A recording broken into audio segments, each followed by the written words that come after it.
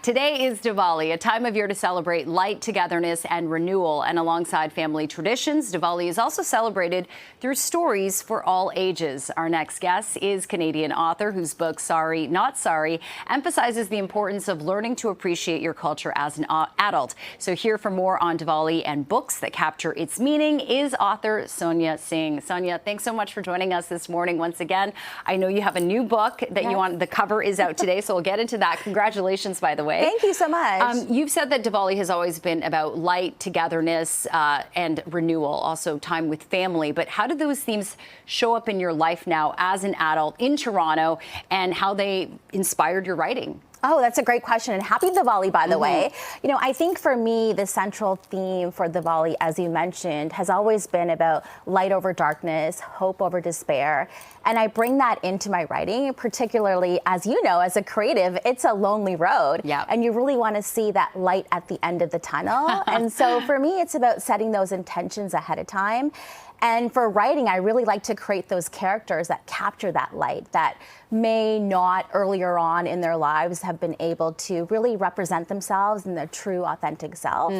And as adults, really relate to situations where you can capture both identities. So I'm Canadian, I'm Indian, I'm South Asian. I want to be able to tell that story now. And your book, Sari Not Sari, and I'm sure your new one, beautifully explores learning to appreciate your culture as an adult. So how has your relationship with your South Asian identity evolved over the years? Well, it's evolved, right? Yeah. And I think that's a great question as well, too, because earlier on, just growing up in the 80s, I remember being embarrassed. It was really difficult to speak another language, to look different, to dress differently, to eat different foods. And it wasn't until my 30s that I really started to appreciate my culture, my language, and being different. And I think that was really important for me to bring into Sari Not Sari, establish a character who, as an adult, was able to appreciate her culture in a way that maybe as a child she wouldn't have been able to. And I'm sure a lot of people can relate to that. You don't have to be Indian to appreciate that. For sure. I think in a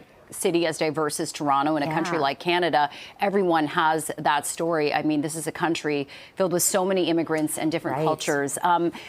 You've highlighted some wonderful books here on the table alongside with your own that people of all ages, especially, you know, parents with kids, can enjoy. So maybe talk about some of them and why they're so special. Well, you know, Olivia Chow declared today Diwali Day, and Diwali is all about food, togetherness, family, and connecting through friendships as well, too. So I love the fact that this book right here, it's called Diwali, A Festival of Lights, really brings food from generations. So it's the idea of bringing food through stories, and of course I love Indian food, and who doesn't love Indian food on Diwali, right? So deep fried naan you can really only have once a year.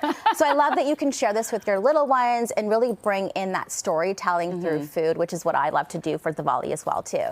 So the next book is Archie Celebrates Diwali, and I love this as a resource for classrooms. So if you're really looking at today's classrooms, you mentioned there's so much diversity across the country, inclusivity, friendships. Our friendships look really different now. I think it's so important to have a book like this, not just to celebrate Diwali, but different cultures, different languages, and be able to really emphasize the different friendships that our young ones have now. And the last book, what I love about this one is that I wish that this book was around when I was a child, because it's really about the basics of Diwali. So Diwali 101 when it comes to friendships, when it comes to inclusivity, food, connecting through family and friends, and bringing everybody together over food, because that's the best part about Diwali. Yeah, I think it's so important to kind of help our young people, you know, regardless of their culture, learn about other cultures and foster a more inclusive and understanding environment. Your next novel, let's talk about it. So exciting, The Fake Matchmaker. It sounds intriguing. Can you give us a little bit of a sneak peek of this and how it kind of ties into your cultural roots and celebrations for Diwali? Yeah, well, listen, you're getting a sneak peek because today is the official cover reveal.